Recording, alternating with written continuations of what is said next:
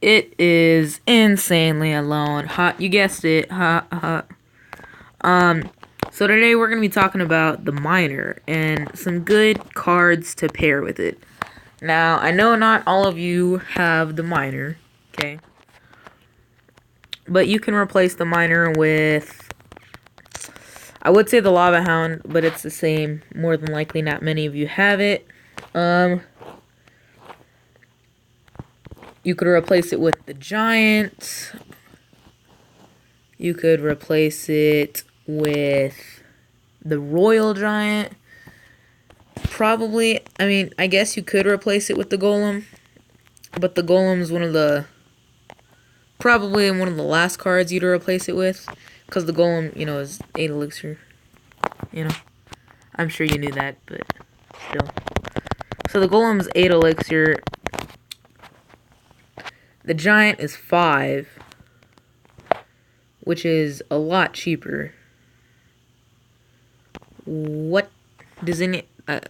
Is it just me, or should the miner have targeted the what is it called, guys? I can't think of what it is called. The princess. There you go. Oops. Well, that sucks. I totally meant to do that, I was just trying to see if you guys were paying attention. Obviously. Psh, I don't know what you're talking about.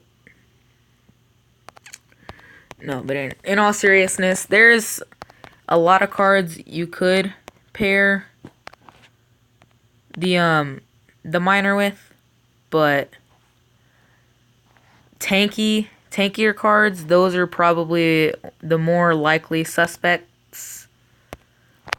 Because, like, what you can do, pair it with a Giant, for example. Drop the Giant in the back, and then eventually he's going to make it around to the front, or hopefully he will, at least.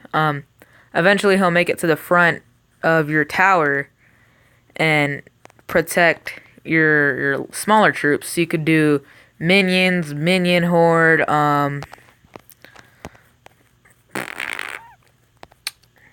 what's another card? Minions, minion horde, goblins, spear goblins, there's more, but those are definitely some cards that I can think of right now. You just want to try and pair your cards. That's another tip that I can give you guys for Clash Royale, is you want to pair cards with cards that work well with each other. So like skeletons, by themselves, they won't do anything to a tower. They won't take it out, they won't do much at all to a tower. Good game. The spear goblins, they'll take off 200, 300 damage.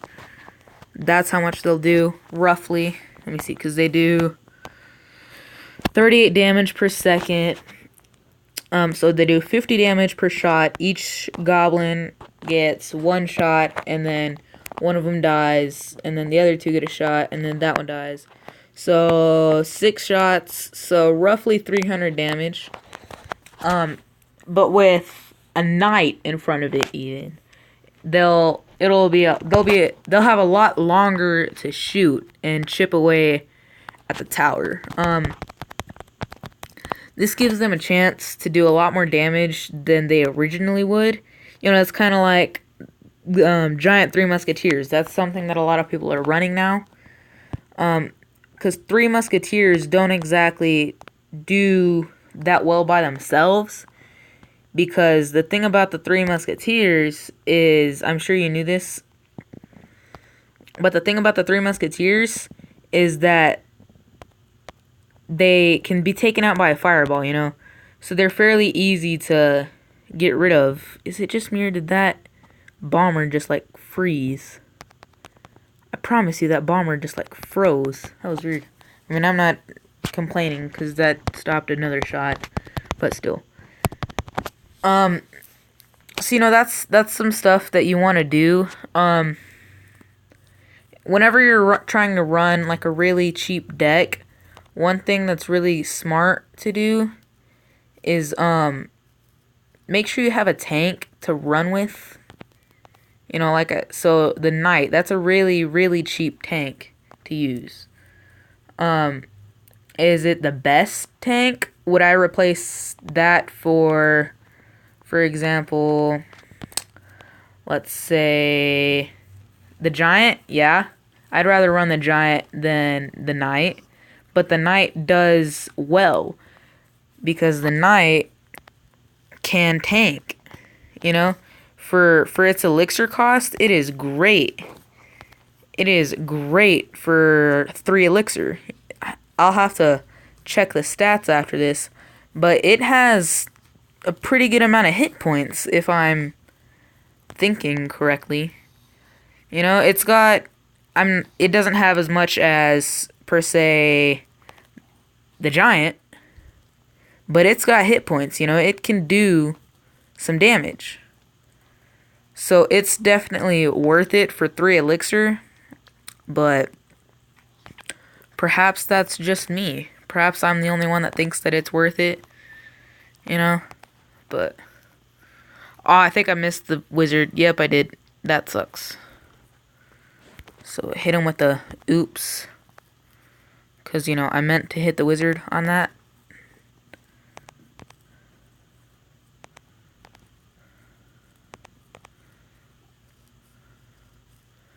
Here we go. Ah, he has like 5 hit points. There we go. Okay, so we're gonna go that. Let's see. So this might be a draw. I can't say for sure, but I think it might be a draw. Yeah, it's probably gonna be a draw. If it's not, it's gonna be really close. Because the thing about that is the oh, I got scared right there. The one good thing is I can get back. I can cycle really fast to my fireball, for example, and that's probably gonna be what saves me the game. But he has a zap, and that's definitely been doing work for him. So we'll have to see. If that miner can get off one shot, we got the game. Yeah, good game. That was pretty much a guaranteed hit from the miner right there, because I threw the fireball, and the fireball would have killed the bomber, spear goblins. It would have hit the wizard back, which I think would have given the miner a chance to hit. But so let's see how much. Okay, so my Knight is level 7. It can go to level 9, but I don't use him much. So let's see. He does 120 damage per second, and he has 1161 hit points. The miner has 1166 hit points, so the miner has a little bit more, but let's see, it does more damage as well. But the miner is a legendary, and it's level 2. You know, I got lucky on those pulls in that super magical chest. If you have not seen that video, you should go check it out. But it's a good card. You know, like I said, for 3 elixir, let's compare the Knight to the Giant. The Giant has 3,200 hit points. Oh, wrong button. The Knight has 1161, and it's a level 7 right now. But it's 3 elixir compared to 5 elixir. So that 3 elixir, yes, the Giant is very slow. If you put him in the back, you'll be able to have 10 elixir before it ever crosses your tower. But the Knight, you can place really quick and cycle back to it quick.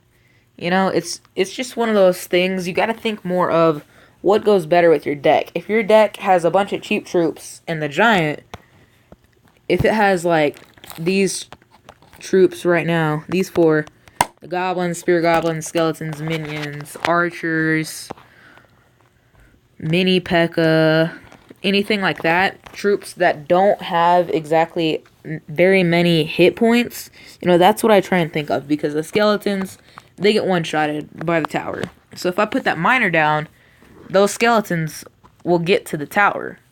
And the skeletons do actually a pretty good amount of damage. 61 damage, right? 4 skeletons, so they do 200, 240, something like that, every second. So that's pretty good, because the miner will tank for a couple of seconds. Even if they put something down to counter it, which a lot of people don't, because it doesn't do much by itself. They'll counter your skeletons more likely. You know, because one thing that I've been noticing a lot with this deck is people are arrowing my goblins and my spear goblins, because usually I put miner and then spear goblins, goblins, or miner, spear goblins, skeletons, you know, something like that. And I changed this deck a little bit because I used to have the knight instead of the guards. But I was running into Sparky and the Royal Giant. And the thing about the knight is it'll get one-shotted by Sparky, and against a fireball it'll get taken out. Or it won't do much when it gets fireballed, I guess. It won't take it out quick. So the guards I put in because I was running in the Sparky, like I said. So I can put it around the Sparky, and it takes 2 shots to kill each guard because they put it in a triangle. So it'll take 6 shots to take out my guards, and eventually my guards will take it out. So it's just, I kind of changed it around. With this deck, I've been doing pretty well. I've lost, let me see, let me go back to the beginning. So look, okay. So here's when I first started using it. So this is where I ran into the Sparky and I lost. So, and then so that's when I put in the guards. The Royal Giant, I was worried about running into that. So that's why I started using the Inferno Tower. Okay, so once I made the changes, let's see. So look at all those wins, right? So then I lost that one and I lost this one. But those, I was trying to drop trophies because I was going to do another series called Road to Royal TV.